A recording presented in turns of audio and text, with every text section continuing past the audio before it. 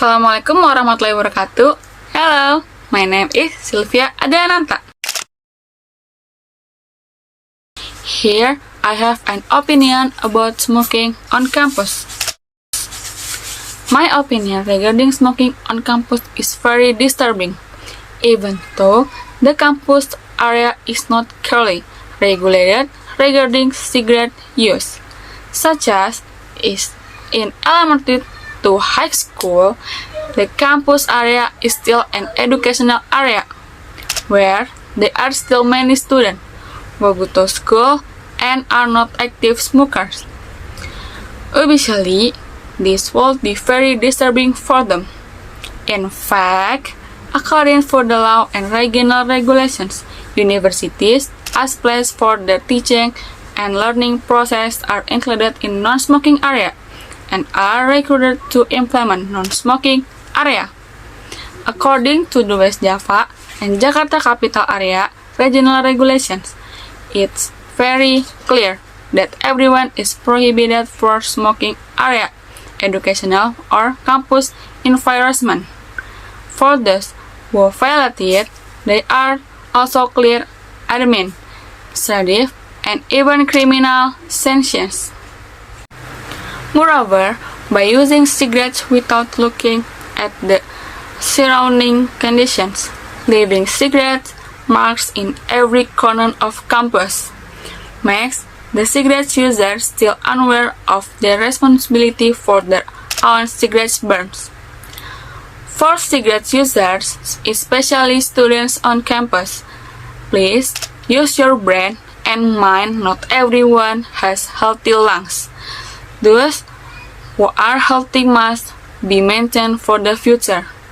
What's more, people who inhale cigarettes smoke from smokers are more likely to develop lung cancer. Assalamualaikum warahmatullahi wabarakatuh. My name is Sylvia Adilananta.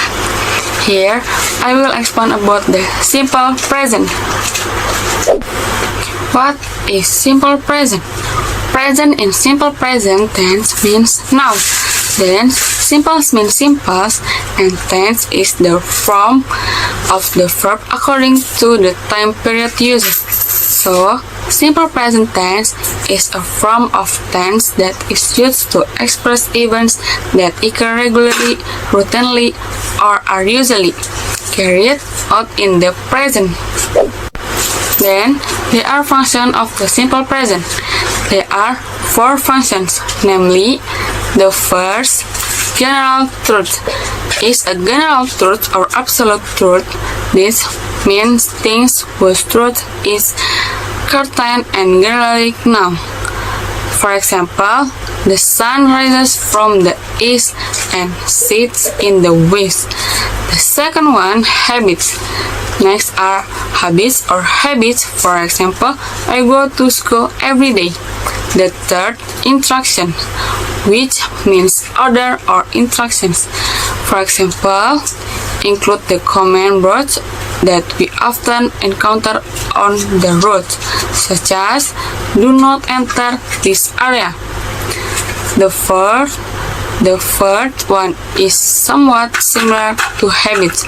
The difference is a habit is or something that is done repeatedly. It may or may not be scheduled. If fixed schedules are some things that is scheduled but not repeated. An example is this: the show starts at 7 p.m. After the functions, here there is an adverb of time. In the simple present tense, you will often find adverbs of the time such as always, often, usually, every day, every week, every month, all the time, and so on. So, if you find this word in a sentence, it means the sentence is a simple present tense.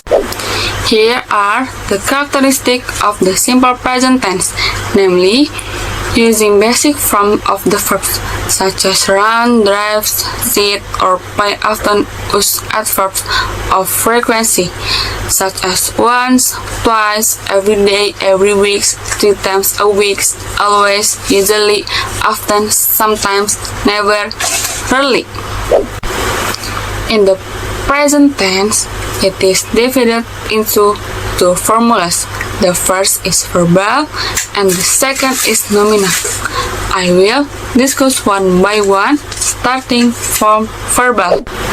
Verbal sentences are sentences that use verbs. For formulas, there are positive, negative, and interrogative. There are several formulas, namely, in the positive formula, namely, the first subject plus verb 1 plus object. The second subject plus verb 1 plus s or es plus object. Negative formula, the first subject plus do not plus verb 1 plus object.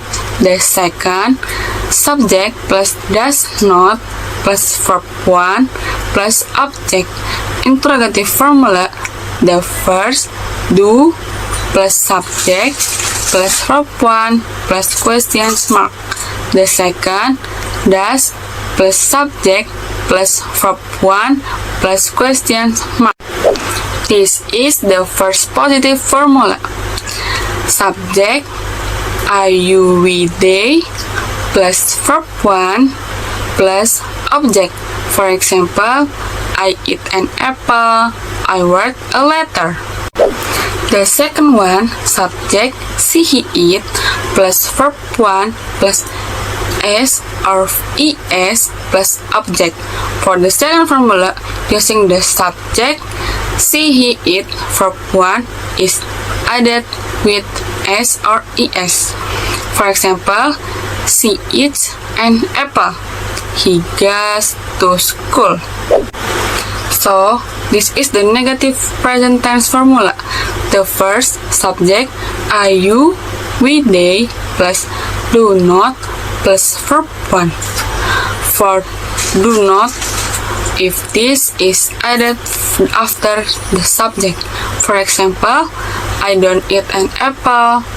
They don't know where to go. This is for the second one. Subject, she, eat, plus does not, plus verb 1. If this is after the subject is added does not. For example, she does not eat an apple. She does not bring an umbrella. This is for interrogative sentences. The first formula is do plus subject, are you, we, they, plus verb 1 plus question mark. Before the subject is added with do. For example, do you eat an apple? Do you like it? The second is does plus subject, she, he, eat, plus verb 1 plus question mark. For the second one, before the subject is added does.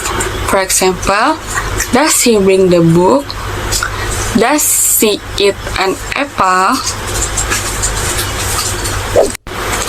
Here, the type of present tense formula, namely nominal formula. Nominal formula is sentences that do not have verb. Just like verbs, there are positive, negative, and interrogative. But there are definitely differences. I will explain the difference later.